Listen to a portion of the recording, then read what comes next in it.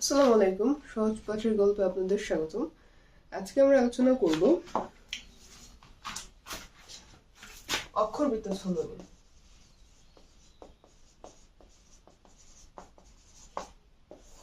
অক্ষরবৃত্ত ছন্দ। তো অক্ষরবৃত্ত ছন্দ যখন আমরা শিখব তার কিছু বৈশিষ্ট্য আছে, সেই বৈশিষ্ট্যগুলো আমাদের সর্বপ্রথম মুখস্থ করতে হবে। এই কয়েকটা বৈশিষ্ট্য আমি বলে দিচ্ছি। যে অক্ষরবৃত্ত ছন্দের মূল পর্বে হবে দুইটি। হ্যাঁ, এর মূল পর্ব হবে দুইটি এবং এর মাত্রা বিন্যাস সাধারণত 8+6 হবে, অর্থাৎ 14 মাত্রা, এবং কখনো কখনো 8+10 হবে, 18। ঠিক আছে। এর সব থেকে বড় যে বৈশিষ্ট্যটা সেটা হচ্ছে যে অক্ষরবৃত্ত ছন্দের বদ্ধাক্ষর বা যুগ্মধ্বনি যদি প্রথমে থাকে তাহলে এক মাত্রার, যদি মাঝে থাকে তাহলে হবে এক মাত্রার, যদি শেষে থাকে বদ্ধাক্ষর তাহলে হবে 2 মাত্রার, এবং যদি এক অক্ষর বিশিষ্ট হয়, যেরকম এই, তাই, এইগুলো যদি এক অক্ষর বিশিষ্ট হয় তাহলে হবে 2 মাত্রার। আমরা যখন পরের ছন্দটা বিশ্লেষণ করবো বিভিন্ন কবিতার, তখন এটা ক্লিয়ার হয়ে যাবে। আমরা তাহলে উদাহরণে চলে যাচ্ছি, বৈশিষ্ট্যগুলো দিয়ে দিব, সেগুলো পড়ে নেবেন।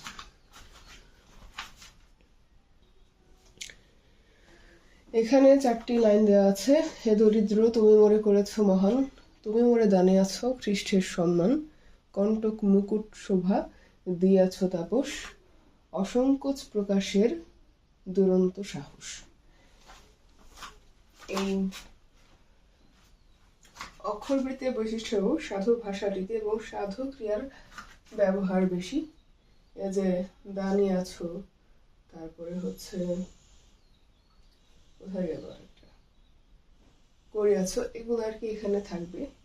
কিন্তু অনেকে মাত্রাবৃত্ত এবং অক্ষরবৃত্তর ক্ষেত্রে একটু এলোমেলো করে ফেলে, কিন্তু মনে রাখতে হবে যে মাত্রাবৃত্ত কখনো কিন্তু 8+6 হবে না, বা 8+10ও হবে না, হয়তো বেশি হবে নয়তো কম হবে।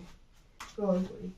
হে দরিদ্র, তুমি মোরে করেছ মহান, তুমি মোরে দাঁড়িয়ে আছো খ্রিষ্টের সম্মান, কণ্টক মুকুট শোভা দিয়াছ তাপস, অসংকোচ প্রকাশের দুরন্ত সাহস। পর্ব কয়টি হলো?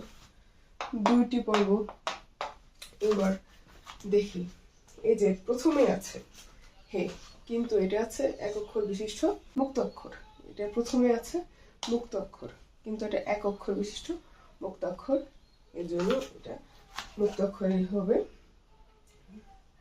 দারিদ্র, দারিদ্র, তুমি মোরে করেছ মহান।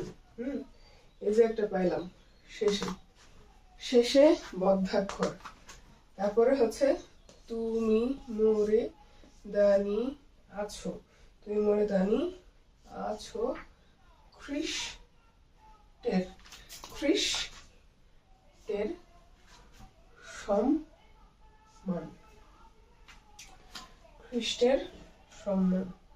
তারপরে কণ্টক, কণ্টক মুকুট শোভা দিয়াছ,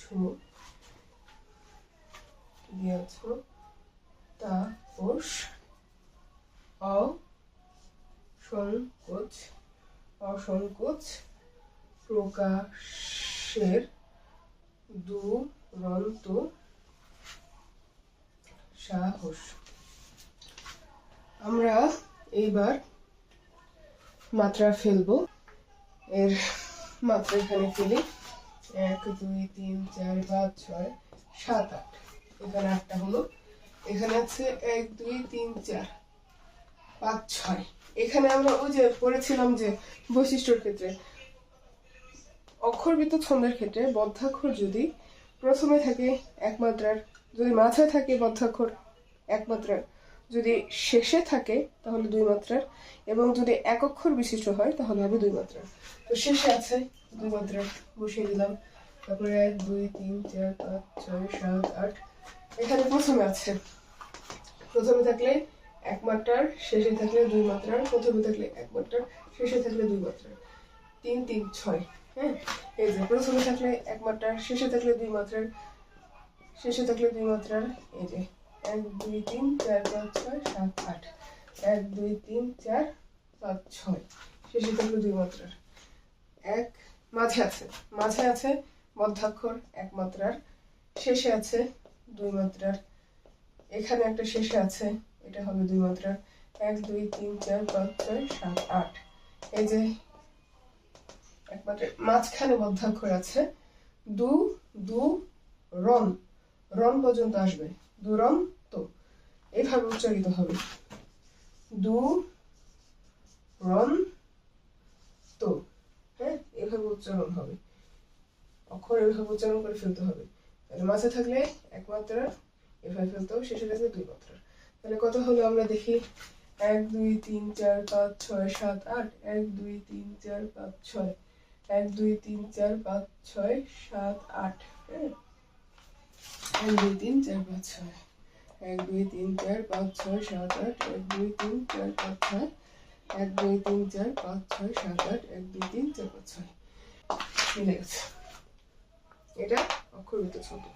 কিন্তু সবার আগে বৈশিষ্ট্যগুলো মুখস্থ করতে হবে। সব থেকে বড় বৈশিষ্ট্য ওইটাই যে যদি এর বদ্ধাক্ষর প্রথমে থাকে এক মাত্রার, যদি মাঝে থাকে বদ্ধাক্ষর এক মাত্রার, বদ্ধাক্ষর যদি এক অক্ষর বিশিষ্ট হয়, যেমন এই, তাই, এগুলো এক অক্ষর বিশিষ্ট, মানে কারোর সাথে বসে না, একা বসে, তো সেই ক্ষেত্রে হবে দুই মাত্রার। এবং যদি শেষে থাকে এটার মতো, এই যে শের, মোহন, সম্মন, তাহলে হবে দুই মাত্রা। এখানে দুটি লাইন দেওয়া হয়েছে, মহাভারতের কথা অমৃত সমান, কাশিরাম দাসে কহে শুনে পূর্ণবান।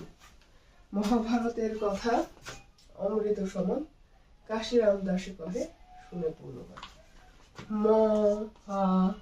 মহাভারতের কথা অমৃত সমান, কাশিরাম দাস কহে শুনে পূর্ণবান। তারপরে দেখি 1 2 3 4, শেষে আছে বদ্ধাক্ষর 5 6 7 8, প্রথমে আছে বদ্ধাক্ষর এক মাত্রার, তারপরে হচ্ছে মুক্তাক্ষর তো সবসময় এক মাত্রার হয়, শেষে আছে বদ্ধাক্ষর দুই মাত্রা, তারপরে মুক্তাক্ষর, শেষে আছে মধ্যাক্ষর। আর এই যে আমরা যে বলেছিলাম যে এক অক্ষর বিশিষ্ট থাকলে, যদি বদ্ধাক্ষর এক অক্ষর বিশিষ্ট হয় তাহলে হয় হচ্ছে দুই মাত্রা। হ্যাঁ, এক অক্ষর বিশিষ্ট হলে দুই মাত্রার হয়। তারপরে এই এক মাত্রার, প্রথমে মধ্যাক্ষর এক মাত্রা, তো এখন আমরা একটু গুণে দেখি কয়টা হলো। 1 2 3 4 5 6 7 8, 1 2 3 4 5 6, 1 2 3 4 5 6 7 8, 1 2 3 4 5 6, দেখা যাচ্ছে যেটা 8 যোগ 6। এই যে আমি এক অক্ষর বিশিষ্ট এটা বোঝানোর জন্য এটা উদাহরণটা টানলাম। ছন্দের ক্ষেত্রে মুখস্থ প্লাস এখানে কিছু বোঝার মতো ব্যাপার আছে, মুখস্থ এবং বুঝে এগুলো করতে হয় অঙ্কের মতো। তো আপনারা এগুলো বুঝে পড়বেন, বৈশিষ্ট্যগুলো খুব ভালো করে মুখস্থ করবেন, এবং একটা চার্ট দিয়েছিল প্রথম পর্বে স্বরবৃত্ত ছন্দের সাথে, সেই চার্টটা খুব ভালো করে মনে করার চেষ্টা করবেন আর বুঝে বুঝে পড়বেন। যদি কোনো প্রবলেম থাকে কোনো কবিতা নিয়ে, বুঝতে সমস্যা হয়, তাহলে কমেন্টে জানাবেন, অবশ্যই সলভ করে দেওয়ার চেষ্টা করব। ধন্যবাদ।